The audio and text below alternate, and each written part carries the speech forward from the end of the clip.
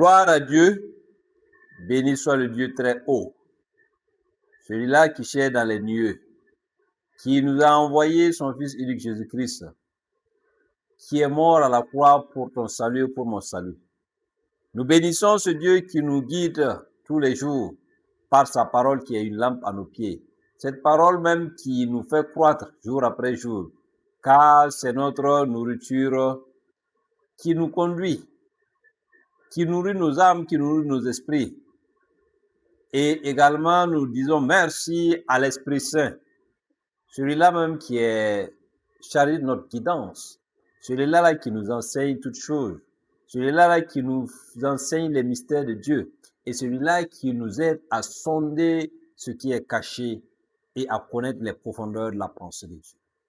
Aujourd'hui encore, nous nous retrouvons pour échanger. Nous poursuivons avec la série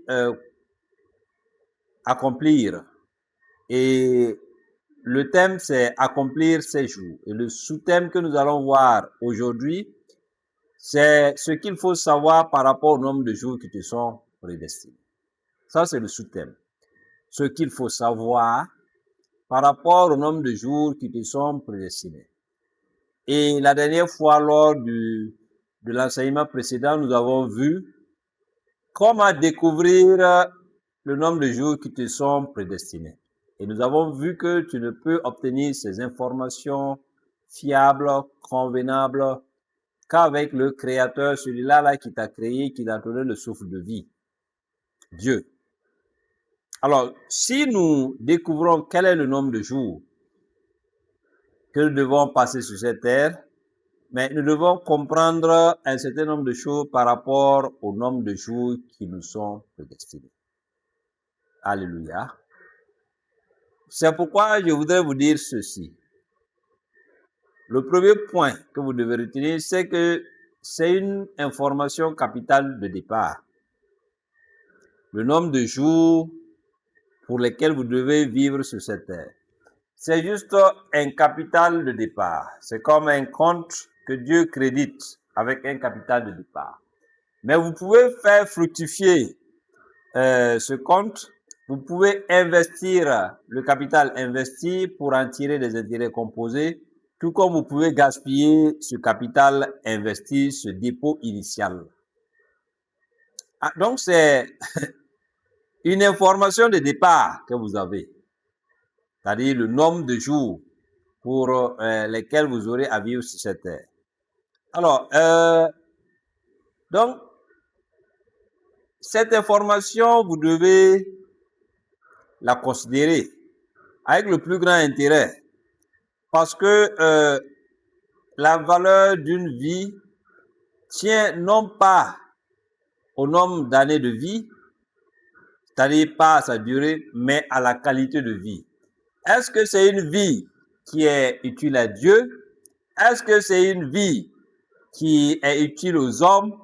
Est-ce que c'est une vie qui contribue à faire accroître, à faire répandre, à instaurer le royaume de Dieu sur terre et à le faire rayonner? Ou bien c'est une vie de gâchis? C'est une vie de méchanceté envers les hommes? C'est une vie de rébellion vis-à-vis de Dieu? Quel genre de vie vis-tu, mon frère, ma sœur? Je ne te parle pas de chrétiens. Il y a des chrétiens, comme je l'ai dit très souvent, il y a des croyants qui sont infidèles et des non-croyants qui sont fidèles. Toi qui es chrétien, comment est-ce que tu te comportes? Quand tu fais un bilan de ta vie, là où tu es, oui, toi, qu'est-ce que tu vois? Quels sont les résultats de ton bilan? Ça, c'est très important.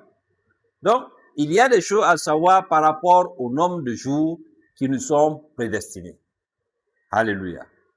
Alors, donc, le deuxième point, c'est que le nombre de jours qui nous sont prédestinés peut changer. Ah bon? Bien sûr. Ah oui, Dieu peut nous donner un nombre de jours et puis il va changer. Oui. Dieu a prédestiné un nombre de jours, mais cela peut changer. Cela peut évoluer. Tu peux avoir comme capital de départ un grand nombre de jours. Et je vais étayer tout cela par des versets bibliques. Oui, tu peux avoir un grand nombre de jours. La Bible dit dans Zacharie 8, 4, « Ainsi parle l'Éternel des armées, des vieillards et des femmes âgées s'assiéront encore dans les rues de Jérusalem, chacun le bâton à la main, à cause du grand nombre de leurs jours. » Je prie pour toi que Dieu te donne un grand nombre de jours. Je prie pour toi que Dieu te fasse vieillir en bonne santé et qu'il te donne un grand nombre de jours au nom puissant de Christ Jésus. Donc nous pouvons avoir un grand nombre de jours. Ça, c'est le capital de départ. Comme je l'ai dit, le capital de départ, c'est un compte que Dieu crédite. Donc Dieu peut mettre un grand nombre de jours. Oui. Mais également, nous pouvons, et ça nous le verrons par la suite, nous pouvons demander à ce que Dieu augmente cela parce que nous avons des choses à faire, parce que nous n'avons pas encore fini d'agrandir le royaume, de le faire rayonner à travers le monde. Et Dieu peut augmenter des années de vie au nombre de nos jours qu'il nous avait prédestinés. Donc, nous pouvons nous retrouver avec un grand nombre de jours. La Bible dit que l'homme doit vivre 120 ans. Ça, c'est Dieu qui l'a dit dans Genèse. Quand il a dit que son esprit ne restera pas toujours à l'homme. Et que le nombre des années de sa vie sera de 120 ans. Oui, mais il faut comprendre, ça c'est symbolique. Parce qu'il y a un sacrificateur, Jojada, qui a vécu 130 ans. Alléluia. Et quand Dieu disait ça dans Genèse, si vous voyez par la suite, parce que ça c'était avant le déluge. Et après vous verrez que les patriarches Abraham, Isaac, Jacob, ils ont vécu au-delà de 120 ans. Abraham a vécu 175 ans, Isaac 180 ans, et Jacob 147 ans. Et quand vous prenez Moïse, tous ceux qui sont nés dans le pays de servitude en Égypte, vous verrez que Moïse a vécu 120 ans, Aaron également, et vous verrez que Josué qui a conduit le peuple de Dieu à la terre promise, il a vécu combien? 110 ans. Alléluia. Donc, ce que Dieu a dit, c'est indicatif. C'est-à-dire que on peut vivre un peu au-dessus, un peu en deçà. Alléluia. Et dans le monde moderne, vous trouverez rarement des centenaires. Quoique l'espérance de vie augmente. Donc, on peut avoir un grand nombre de jours. Ensuite, on peut être riche en jours. Riche en jours, c'est pas seulement le nombre, mais ce sont des jours bien remplis, des jours qui soient heureux, des jours qui soient fructueux, des jours qui soient multipliés, des jours qui produisent des intérêts composés. Alléluia. Et regardez ce que la Bible dit dans Job 15, 10. Il y a parmi nous des cheveux blancs, des vieillards, plus riches de jours que ton père. Alléluia. Donc nous pouvons être riches en jours. Nous pouvons également avoir des jours remplis. Mais ce que je veux dire, si nous pouvons avoir d'abord un grand nombre de jours, nous pouvons avoir un petit nombre de jours aussi. Ça, c'est important à retenir. Et tout ce que je dirais ici par rapport au nombre de jours a son contraire. C'est-à-dire, vous pouvez avoir un grand nombre de jours, tout comme vous pouvez avoir un petit nombre de jours. Vous pouvez être riche en jours, tout comme vous pouvez être pauvre en jours. Donc, vous pouvez avoir des jours qui soient remplis, tout comme vous pouvez avoir des jours qui ne sont pas remplis. La Bible dit dans Exode 23, verset 26, « Il y aura dans ton pays ni femme qui avorte, ni femme stérile. » Amen. Je remplirai le nombre de tes jours. Ça veut dire quoi? Ça veut dire qu'il y a un nombre de jours prédestinés A à B, je remplis le nombre de tes jours, donc ça veut dire que tu vas quitter du point A au point B. Ça, Dieu a rempli le nombre de tes jours. Mais surtout, le nombre de tes jours seront pleins de joie, d'allégresse, de richesse, de bonne santé. Il suffit pas d'avoir une existence faite de malheur sur une longue durée. Il suffit pas de vivre 100 ans, mais pour que chaque jour de ces 100 ans soit fait de malheur, de malheur, de malheur, de malheur, de douleur, de maladie. Non. C'est-à-dire, quand Dieu dit, je remplirai tes jours, ça veut dire que tes jours seront faits de bonne santé, de joie de vivre, de plein épanouissement. Tu seras heureux au cours de ces années de vie et tu auras des richesses. Et ça, c'est très important à comprendre. Et c'est en cela que nous devons comprendre que c'est Dieu qui nous a créés et que notre vie est entre ses mains. Et il agira également pour la seule gloire de son Seigneur. Donc, si tes jours peuvent être remplis, tes jours peuvent ne pas être remplis. C'est-à-dire que tu peux quitter le point A et ne pas arriver au point B. Tu peux également vivre une existence misérable. Amen. Job 5, verset 2, Job 5, verset 26 dit ceci. Tu entreras au sépulcre dans la vieillesse, comme on emporte en son temps. Ça veut dire que l'homme naît, grandit, vieillit et meurt. Ça, c'est le cycle normal. Mais il y a des gens qui meurent dans leur jeunesse. Cela ne veut pas dire que c'est une malédiction. Il faut bien comprendre. Si telle est la volonté de Dieu, si tel est ce que Dieu a prédestiné pour toi, Jésus-Christ est mort à 33 ans et demi. Jean-Baptiste est mort, nous l'avons vu, mais il n'avait pas 50 ans. Aucun des apôtres de Jésus-Christ n'a vécu 100 ans. Le plus vieux, c'est Jean qui avait entre 90, aux environs de 90 ans, on va dire. C'est donc dire que le nombre de jours que Dieu t'a prédestiné et comment tu les utilises, c'est plus important que la durée. Tu peux avoir un grand nombre de jours et ne pas bien les utiliser. Tu peux avoir un grand nombre de jours sur cette terre et ne pas avoir des récompenses dans le ciel. Ça, c'est malheureux. Donc, il faut avoir des jours remplis. Il faut mourir dans une vieillesse heureuse. Mais ce qui est important, il faut que tes jours soient prospères. Les jours peuvent être prospères comme les jours peuvent ne pas être prospères. Mais pour que tes jours soient prospères, il faut que tu te laisses conduire par Dieu. Il faut que l'Éternel soit ton berger. Il faut qu'il te fasse se reposer dans de verts pâturages. Il faut qu'il te conduise vers les eaux paisibles. Il faut qu'il restaure ton âme en tout temps. Alléluia. Ça, c'est très important. Ça, c'est la prière du psalmiste dans le psaume 23. Alors donc, il faut que tes jours soient prospères. Jérémie 22, verset 29 à 30 dit ceci. Terre, écoute la parole de l'Éternel. Ainsi parle l'Éternel.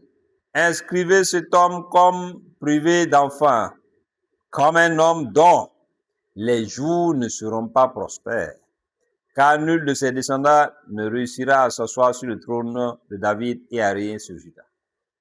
Ça, c'est une prophétie adressée à un mauvais roi qui existait en son temps. Et la prophétie dit que cet homme n'aura pas de jour prospère. Et le ciel a enregistré. Et la terre a enregistré. 3 fois la terre a été invoquée. Et la parole de l'Éternel a été prononcée. Alors, donc, si vous vivez et puis vous n'avez pas des jours prospères, cela est malheureux. C'est pourquoi vous devez vivre et puis avoir des jours prospères. Alléluia.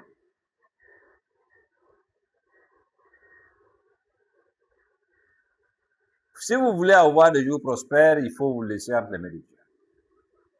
Il faut chercher sans cesse la volonté de Dieu, en tout temps, en toutes circonstances. Et c'est à ce titre que vous aurez des jours prospères. Les jours prospères, comme je l'ai dit, c'est également assimilable aux jours remplis. C'est-à-dire que les jours prospères, c'est des jours où Dieu se réjouit chaque jour de la vie que vous menez. Ça ne veut pas dire que vous avez l'argent, vous avez... Non, c'est d'abord ça. Ensuite, maintenant, viennent l'état de ton âme. Une âme qui se sauve jour après jour. Comme vous le savez, nous sommes sauvés en espérance. Quand nous nous convertissons, notre esprit est sauvé. Notre âme est en train d'être sauvée.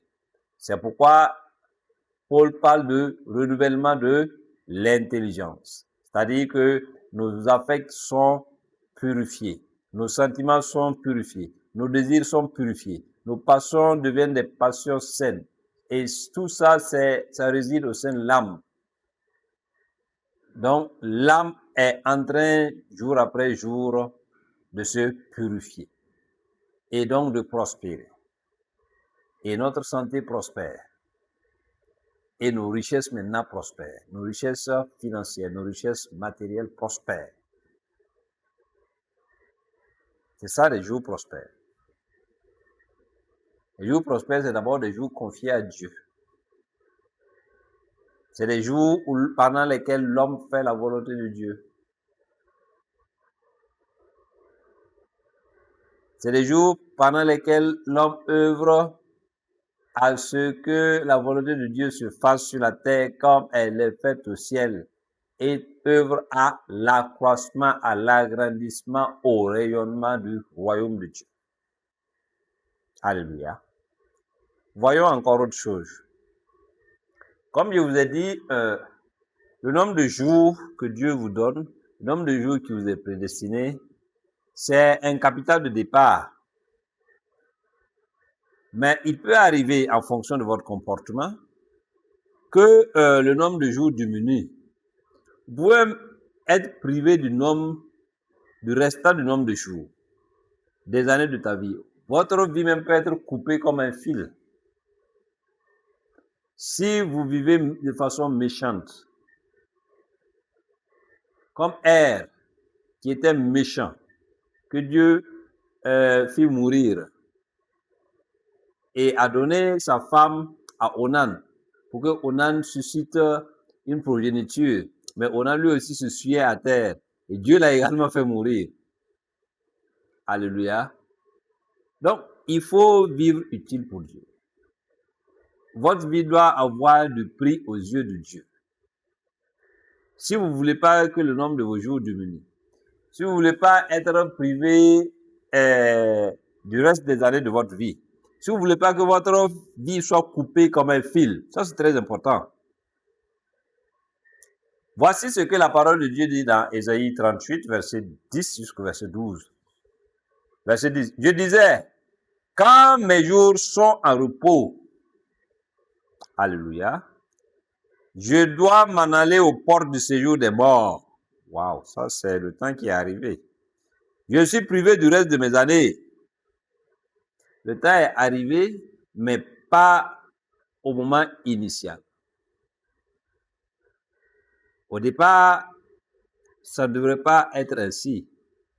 Ça veut dire que le nombre des années de la vie de cet homme est écourté. Verset 11, je disais, je ne verrai plus l'Éternel sur la terre des vivants. Je ne verrai plus aucun homme parmi les habitants du monde. Verset 12, ma demeure est enlevée et transportée loin de moi. Comme une tente de berger, je sens le fil de ma vie coupé comme par un tisserand. Qui me retrancherait de sa trame? Du jour à la nuit, tu m'aurais achevé. Alléluia. Que Dieu nous épargne d'un tel sort. Qu'aucun de nos jours ne soit coupé. Qu'aucun de nos jours ne soit retranché. qu'aucun de nos jours ne soit diminué, que notre vie ne soit pas coupée comme un fil par un tisserand, que nous ne soyons pas privés du reste des années de notre vie. Bien au contraire, que Dieu les prolonge, qu'il les multiplie, qu'il ajoute encore d'autres années, afin que nous puissions œuvrer pour la seule gloire de son Saint-Nom et que nous puissions travailler à l'agrandissement de son royaume. C'est ce pourquoi nous sommes sur terre. Donc, si vous ne voulez pas que le nombre des années de votre vie soit diminué, si vous ne voulez pas être privé du reste des années de vie, si vous ne voulez pas que votre vie soit coupée, soyez utile à Dieu. Ça, c'est très important. Et là, Dieu pourra prolonger le nombre des années de votre vie, comme il l'a fait pour un certain nombre de personnes à travers la Bible. Regardons quelques versets pour soutenir ce que j'ai dit. Dans Exode 12, il est dit, « Honore ton père et ta mère, afin que tes jours se prolongent dans le pays que l'Éternel ton Dieu te donne. » Ah, donc les années de vie peuvent être prolongées. Le nombre de jours peut être prolongé. Ta vie peut être prolongée. Ici, il y a une conditionnalité. Si tu honores ton père et ta mère. Alléluia. Est-ce qu'aujourd'hui, les jeunes gens honorent leur père et leur mère? Non. C'est pas généralisé, mais probablement dans bon nombre de cas, il n'y a plus ce respect-là. Il n'y a plus cet honneur-là. Et ce qui fait que beaucoup meurent prématurément. Beaucoup meurent sans avoir accompli leur jour. Et Deutéronome 4:40 dit ceci. Et observe ces lois et ces commandements que je te prescris aujourd'hui afin que tu sois heureux. Toi et tes enfants après toi et que tu prolonges désormais tes jours dans le pays que l'Éternel ton Dieu te donne. Ah, là également, il est question de prolonger ces jours. Mais en faisant quoi? En observant les lois, les commandements, les préceptes que Dieu prescrit. Donc, nous avons vu que dans Exode 12, il est question d'honorer son père et sa mère pour que ces jours se prolongent. Mais dans Deutéronome 4:40, il est question d'observer les lois et les commandements. Et ça, c'est très important. Et Deutéronome 5:16 dit ceci. Honore ton père et ta mère comme l'Éternel, ton Dieu, tu l'as ordonné afin que tes jours se prolongent. Bon, ça rejoint Exode 12. Et que tu sois heureux dans le pays que l'Éternel te donne. Alléluia. Ça, c'est très important. Deutéronome 5:33, vous suivrez entièrement la voie que l'Éternel votre Dieu vous a prescrit afin que vous viviez, que vous soyez heureux, afin que vous prolongiez vos jours dans le pays dont vous aurez la possession. Ici, ça résume tout. On doit suivre la voie de Dieu, ça veut dire quoi? Ça veut dire qu'on doit mettre en pratique sa loi, ses commandements, ses ordonnances, ses préceptes, et on doit faire sa volonté afin de prolonger ses jours. Là, ça veut dire qu'on a déjà le capital qui est là, le nombre de jours, mais qu'on peut prolonger, qu'on peut faire augmenter, qu'on peut faire fructifier. Dieu lui-même peut ajouter des années de vie. Proverbe 3, verset 1 à 2 dit ceci, « Mon fils, n'oublie pas mes enseignements, et que ton cœur garde mes préceptes, car ils prolongeront tes jours et les années de ta vie, et ils augmenteront ta paix. » C'est la même chose que j'étais en train d'expliquer. Il faudra prendre en compte les enseignements de Dieu. Il faut suivre sa loi, ses préceptes et ses commandements afin que nos jours se prolongent. Ésaïe 53, verset 10 dit ceci. Il a plu à l'Éternel de le briser par la souffrance après avoir livré sa vie en sacrifice pour le péché. Il verra une postérité et prolongera ses jours, et l'œuvre de Dieu prospérera entre ses mains. Alléluia. Ça, c'est très important à comprendre. Isaïe parle de qui? Il parle de Jésus. Et il a dit qu'il prolongera le nombre de ses jours. Alléluia. Mais également que l'œuvre de Dieu prospérera entre ses mains.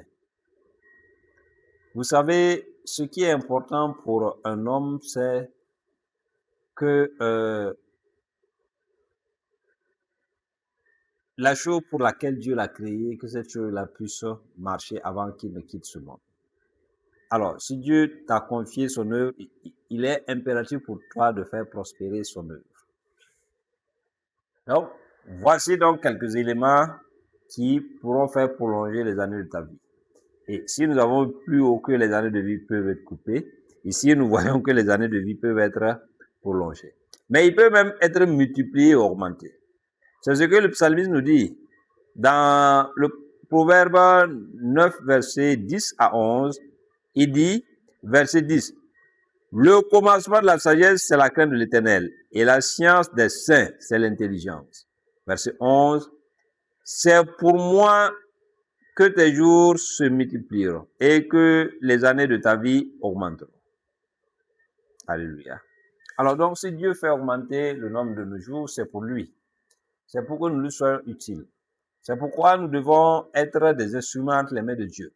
Nous devons demander à Dieu de nous utiliser comme il veut. Si on veut servir Dieu, on doit d'abord laisser Dieu se servir de nous. Si on doit travailler pour Dieu, on doit d'abord laisser Dieu faire un travail sur nous, afin que nous soyons des instruments tels qu'il le désire, pour l'utiliser pour la seule gloire de son Saint-Nom. Donc, le nombre d'années de notre vie peut être ajouté. Quand vous lisez dans Ésaïe 31, verset 1 jusqu'au verset 5, vous pouvez trouver un texte similaire dans 2 Rois 20, verset 1 à 6. C'est pratiquement à quelques mots près les mêmes passages. Où il est dit, en ce temps-là, Ézéchias fut malade à la mort. Le prophète Ésaïe, fils d'Amoth, vint auprès de lui et lui dit, ainsi parle l'Éternel, donne tes ordres à ta maison car tu vas mourir et tu ne vivras plus. Bon, je vais sauter le verset 2, verset 3, je vais aller au verset 4. Puis la parole de l'Éternel fut adressée à Ésaïe. En ces mots, va et dis à Ézéchias, ainsi parle l'Éternel, le Dieu de David, ton père, j'ai entendu ta prière, j'ai vu tes larmes. Voici, j'ajouterai à tes jours 15 années. Alléluia. Elle dit que Dieu donne un temps additionnel à Ézéchias, qui était roi de Juda, et qui était condamné à la mort. Et Dieu a envoyé le grand prophète Ésaïe, le prophète du 5e évangile, celui qui a beaucoup prophétisé sur Christ, aller dire à ce roi-là de donner des ordres à sa maison parce qu'il ne se relèvera pas de la maladie de sa mort. Vous savez, il y a les maladies et la maladie de la mort. Quand les maladies de la mort arrivent, quels que soient les soins, les traitements, vous ne pouvez pas vous relever. Vous êtes condamné à mourir. Ce qui est bien pour vous, c'est de mettre de l'ordre dans votre vie, de mettre de l'ordre dans votre maison et vous préparer à rejoindre votre Seigneur, votre Créateur. Alors, donc, Ésaïe est allé voir Juda, son roi, Ézéchias. Et le roi de Juda, Ézéchias, il a écouté la prophétie, il n'a rien dit à Ésaïe. Maintenant, il s'est tourné vers le mur et il fit une prière où il a rappelé à Dieu tout ce qu'il a fait pour lui. C'est lui qui a rouvert le temple, c'est lui qui a institué la Pâque, c'est lui qui a fait ceci, c'est lui qui a fait cela. Il a fait en réalité de grandes choses au nom et pour le compte de Dieu. Et Dieu s'est souvenu de ça et Dieu a pris en compte sa prière et Dieu a dit, ok, ce que tu me dis c'est juste. Alors, je vais t'ajouter des années de vie. Et Dieu a donné à ce roi-là de vivre encore pour 15 années. 15 années, ça peut sembler peu, mais c'est beaucoup. En 15 ans, beaucoup de choses peuvent se passer. Et je prie pour toi que pour les 15 prochaines années, ce que tu n'as pas pu faire dans ta vie depuis longtemps, que tu le fasses. Quel que soit l'âge que tu as, je dis, au nom puissant de Christ Jésus, parole de l'Éternel Dieu, prononcée à travers ma bouche, que tu vivras encore 15 ans et que tu réaliseras de grandes choses et que ce sera les meilleures années de ta vie au nom puissant de Christ Jésus. Ces années, ces 15 prochaines années conditionneront beaucoup de choses dans ta vie au nom puissant de Christ Jésus. Donc, il a ajouté 15 années à la vie de cet homme. Et donc, la vie d'un homme, c'est que le nombre de jours qui étaient prédestinés arrive à leur terme, soit accompli.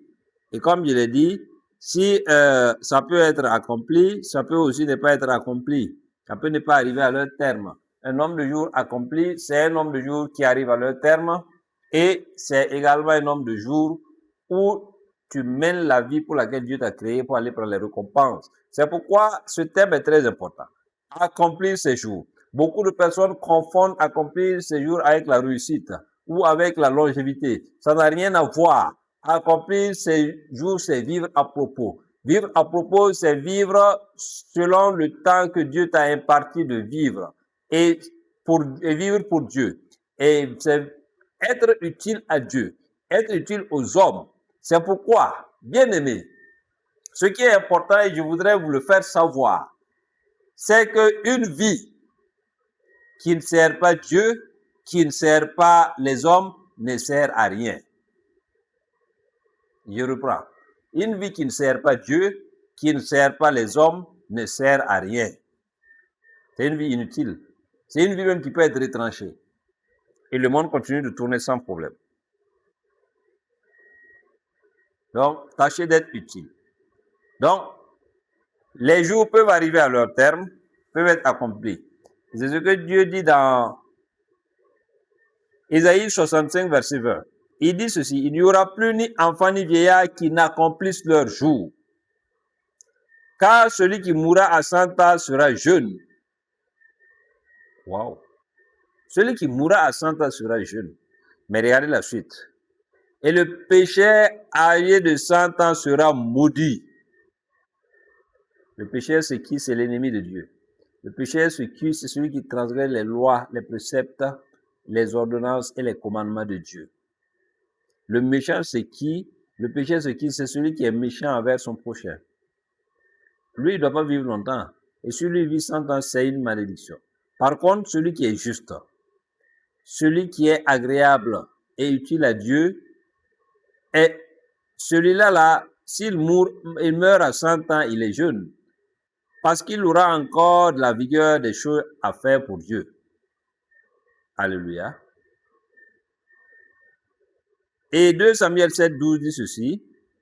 Quand tes jours seront accomplis et que tu seras couché avec tes pères, je lèverai ta postérité après toi.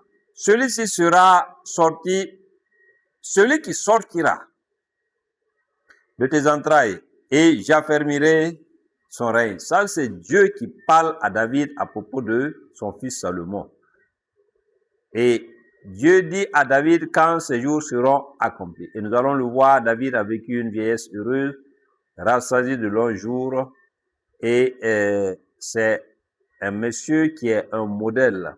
Il a accompli des choses dans sa génération. Et il est allé se coucher avec les pères. C'est ce que Paul nous dit dans Actes des Apôtres. Et ça, c'est très important. Quand vous lisez Actes 13, vous verrez cela. Il a accompli des choses dans sa génération. Mais il a accompli des choses même qui subsistent au-delà de sa génération. Et ça, c'est très important. Très, très important. Donc, David est un modèle à suivre dans ce qu'est accomplir ses jours. Dieu peut accomplir nos jours, mais nous aussi, nous devons travailler à accomplir nos jours. Alléluia. Nous devons accomplir nos jours avec l'aide de Dieu. Et si nous accomplissons nos jours, c'est que Dieu les a d'abord accomplis. Si Dieu ne les a pas accomplis, nous ne pouvons pas les accomplir.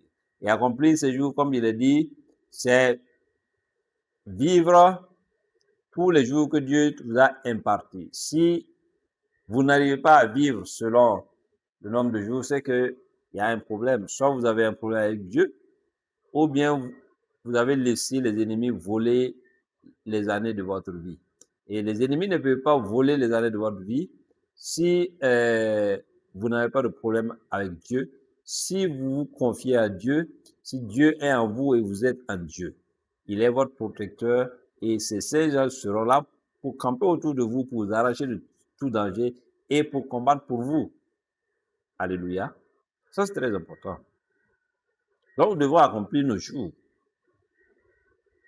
Mais, vous devez également être rassasié de longs jours heureux. Ça veut dire que vous devez vivre longtemps. Vous devez connaître la longévité dans la bonne santé. Vous devez être âgé. Quand vous allez quitter ce monde, vous devez le quitter âgé. Rassasié de longs jours heureux. Et si ça peut arriver, comme il est dit, le contraire aussi peut arriver. Si vous faites ce qui est mal aux yeux de l'Éternel.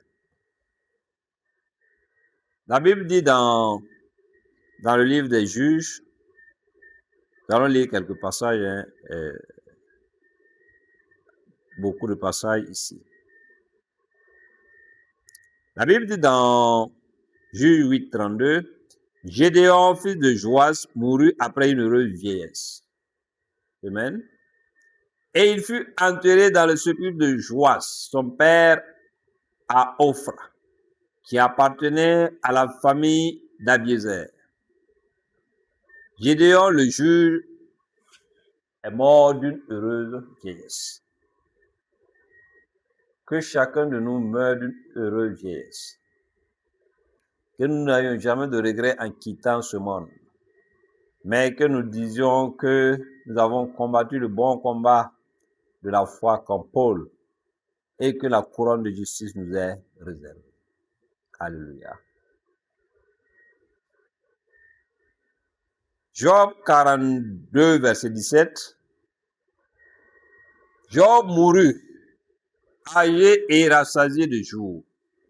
Comme je l'ai dit, Job, ça a été un homme exceptionnel dans la Bible. Et son histoire nous rappelle que nous devons nous confier à Dieu. Quelles que soient les difficultés que nous traversons, Dieu ne nous abandonnera jamais. Si nous demeurons en Dieu, Dieu demeurera en nous.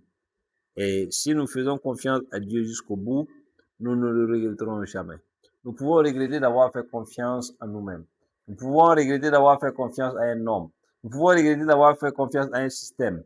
Nous pouvons regretter d'avoir fait confiance à des stratégies. Mais nous ne pouvons jamais regretter d'avoir fait confiance à Dieu. Nous faisons confiance à Dieu en tout le temps et en toutes circonstances. Amen. Psaume 91, 16. Je le rassasierai de longs jours et je lui ferai voir mon salut.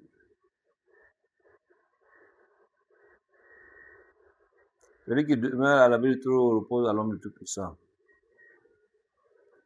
Psaume 91. Et donc Dieu dit, puisqu'il m'aime, puisqu'il me connaît, je le rassasierai de longs jours et je lui ferai voir mon salut. Ça veut dire que vous pouvez être rassasié de longs jours, mais si vous avez une connaissance approfondie de Dieu, si vous cherchez Dieu, si vous êtes utile à Dieu. Voyons un autre passage, Genèse 15, 15. Toi, tu iras en paix vers tes pères et tu seras enterré après une heureuse vieillesse. Ça, Dieu parle à qui? Dieu parle à son ami. Dieu parle à Abraham. Dieu parle au Père de la foi, au Père de tous les croyants. Et donc Dieu lui dit qu'il va le rassasier d'une heureuse vieillesse. Et il ira en paix vers ses pères. Et il sera enterré. Alléluia. Alors, Abraham, c'est vraiment l'archétype de l'homme à qui Dieu a fait du bien durant sa vie. Et comme je l'ai dit, il a vécu 175 ans. Mais dès lors qu'il a rencontré Dieu, dès lors que Dieu lui a dit, marche devant ma face et sois intègre, dès lors que Dieu s'est révélé à lui et qu'il eut foi en Dieu, et cela lui fut imputé en justice, nul homme n'a été comme Abraham. Alléluia. Et le verset 15 de Genèse 15, Genèse chapitre 15, verset 15, dit, toi tu iras en paix vers tes pères, et tu seras enterré après une heureuse vieillesse. Oui, en réalité, Abraham est mort, vieux, mais dans une heureuse vieillesse. Parce que la vie d'un homme, il faut partir accompli, il faut partir vide. Si tout ce que Dieu t'a dit de faire, tu l'as accompli, tu dois pouvoir partir pour aller prendre des récompenses et aller jouir d'une vie meilleure pour l'éternité. Genèse 24, 1. Abraham était vieux, avancé en âge, et l'Éternel bénit Abraham en toutes choses. Dieu a fait de son ami un homme très distinct. Un homme qui avait des serviteurs, qui avait des servantes, un homme qui avait des richesses immenses, qui avait de l'or, qui avait de l'argent, qui avait de la notoriété. Et ce passage nous dit, Genèse 24, 1, que Abraham était vieux, avancé en âge. Que Dieu te donne d'être vieux et d'être avancé en âge. Qu'il te rassasie de longs jours heureux et qu'il te bénisse en toutes choses, que tu sois dans l'abondance et que rien ne te manque. Abraham, un modèle à suivre. Genèse 25, verset 7 à 8 dit, « Voici les jours des années de la vie d'Abraham. Il vécut 175 ans. Abraham expira et mourut après une heureuse vieillesse, âgé et rassasié de jours. Il fut recueilli auprès de son peuple. » Alors donc, ce que Dieu a dit dans Genèse 24, 1, c'est accompli dans Genèse 25, verset 7 jusqu'au verset 8. Donc, Abraham est mort âgé, dans une heureuse vieillesse, rassasié de jours. Comme Dieu l'a dit, il a vécu 175 ans. Et ça, c'est très important à comprendre. Quand Dieu prononce une parole, elle s'accomplit certainement. Genèse 35, verset 29, dit ceci.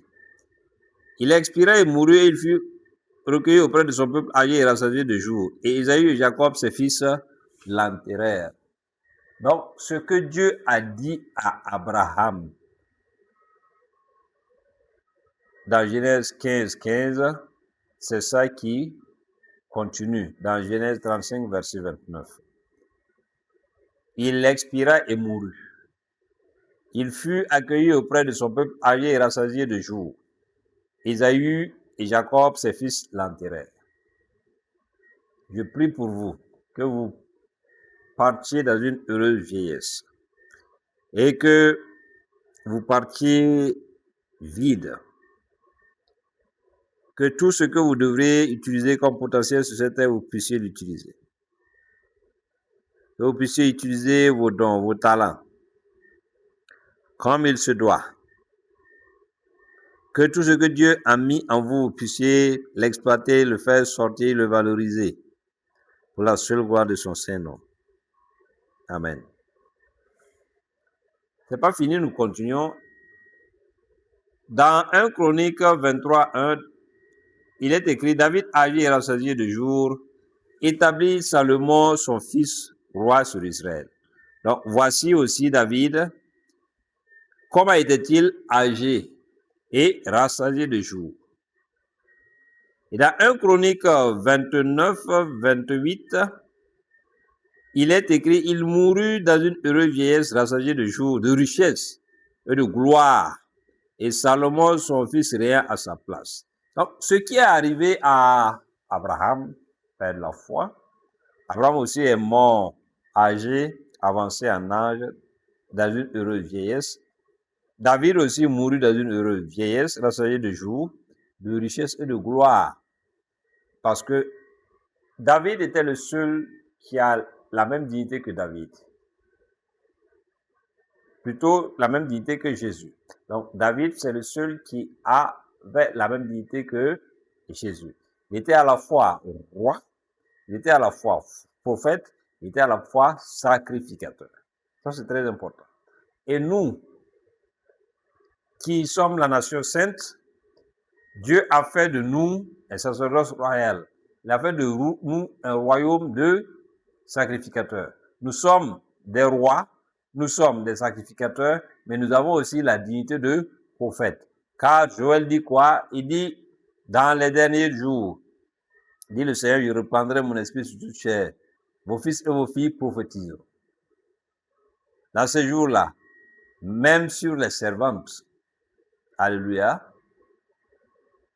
tout le monde prophétisera. Les jeunes gens auront des visions et les vieillards auront des songes. Et c'est ce que Pierre, le jour de la Pentecôte, a répété. Il a repris cette prophétie. Donc, à partir du jour de la Pentecôte, tous ceux qui sont en Christ, qui ont reçu le Saint-Esprit, qui sont baptisés d'eau, qui sont baptisés par le baptême du Saint-Esprit, sont les prophètes. Alléluia. Je ne parle pas de ministère. Je ne parle pas de la prophétie, je ne parle pas de ministère prophétique, je parle de la dignité de prophète. Comme Jésus avait 3 dignités. Jésus était à la fois roi, il était à la fois sacrificateur, il était à la fois prophète. Alors Jésus est roi. Nous également, nous sommes des rois. La Bible dit que nous sommes des rois. Rois et des reines, évidemment. Nous sommes des rois. Jésus est sacrificateur. Jésus est le souverain sacrificateur et toi et moi, nous sommes des sacrificateurs. C'est la sacrificature universelle. Jésus était prophète et toi et moi, nous sommes des prophètes. Nous sommes ceux qui annoncent la bonne nouvelle. Alléluia. Un prophète, c'est qui? C'est un messager. Je ne parle pas du ministère prophétique qui fait partie des 5 ministères pour le perfectionnement des saints, pour l'édification du corps de Christ. Ici, je parle de dignité. Tous ceux qui ont Christ en eux et Christ, qui ont Christ en eux et qui sont en Christ, ont les 3 dignités que Jésus avait.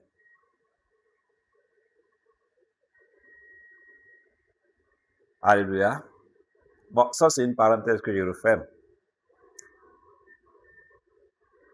Dans 2 Chroniques 24, verset 14, je vous parlais d'un sacrificateur qui a protégé un jeune roi.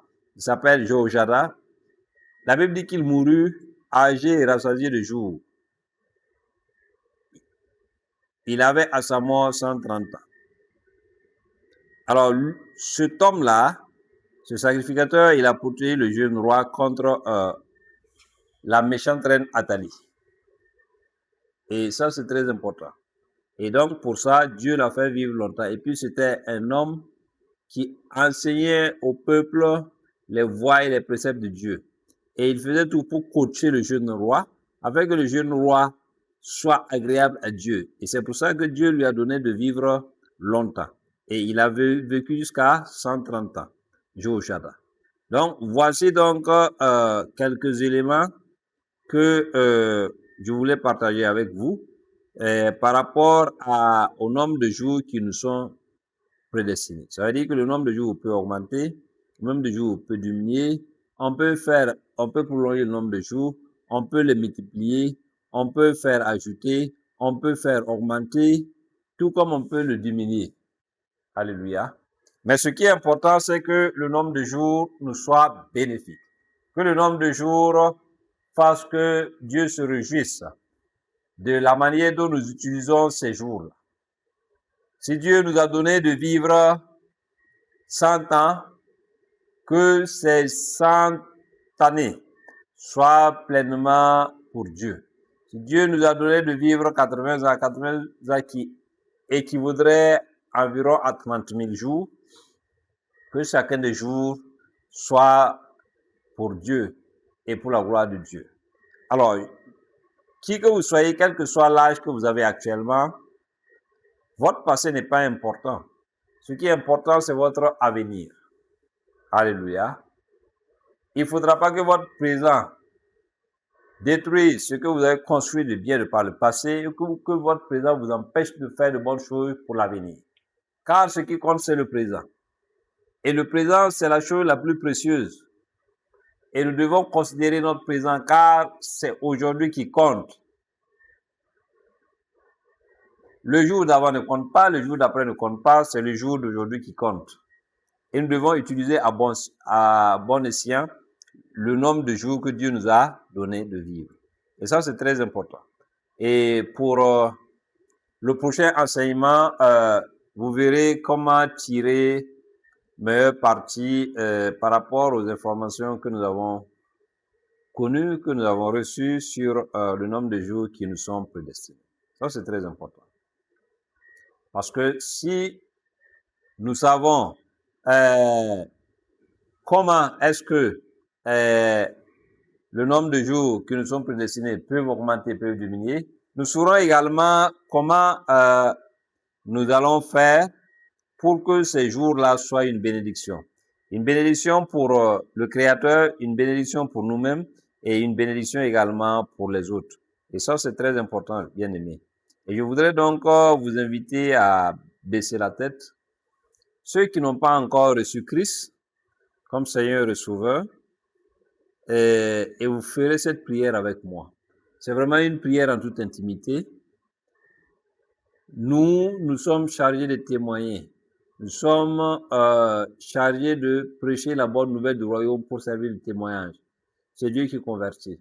Et si vous êtes convaincu au fond de vous-même, si vous croyez dans votre cœur et si vous conversez de votre bouche, vous aurez le salut, et le salut est personnel. C'est une relation entre vous et puis votre Créateur.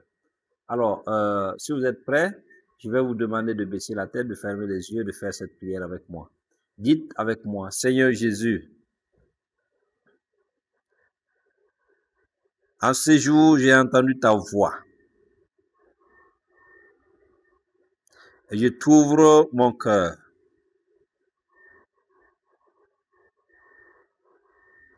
Entre dans mon cœur et sois le Seigneur et le Sauveur de ma vie. Car je crois dans mon cœur que tu es le Fils unique de Dieu, qui est venu mourir à la croix pour la rémission de mes péchés et pour me réconcilier avec le Père et pour me donner la vie éternelle. C'est pourquoi je te reçois comme Seigneur et Sauveur personnel. Et je demande, Seigneur Jésus-Christ, que tu effaces tous mes péchés, que tu inscris mon nom dans ton livre de vie, le livre de vie de l'agneau.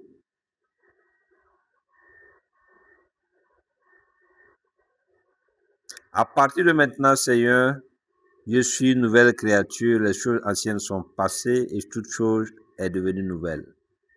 Et je marche en nouveauté de vie.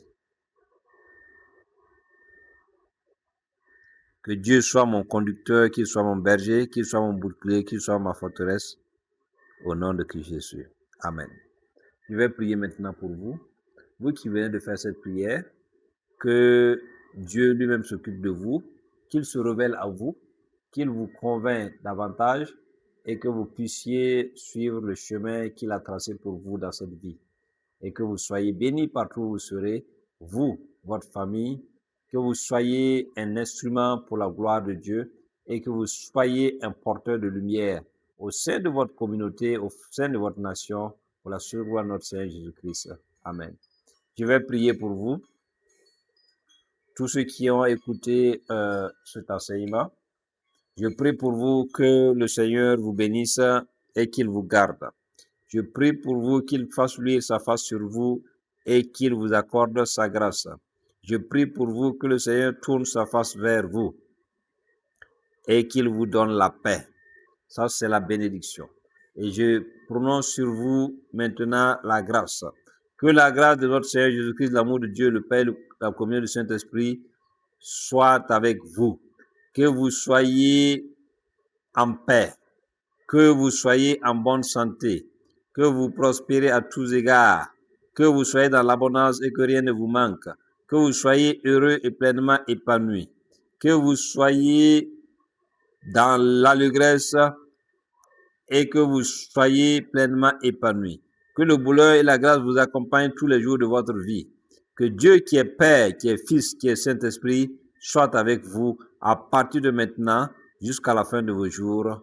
Amen, amen, amen. Merci pour l'écoute, merci pour en tout cas votre fidélité. Que ces enseignements vous fassent du bien et à très bientôt. Shalom.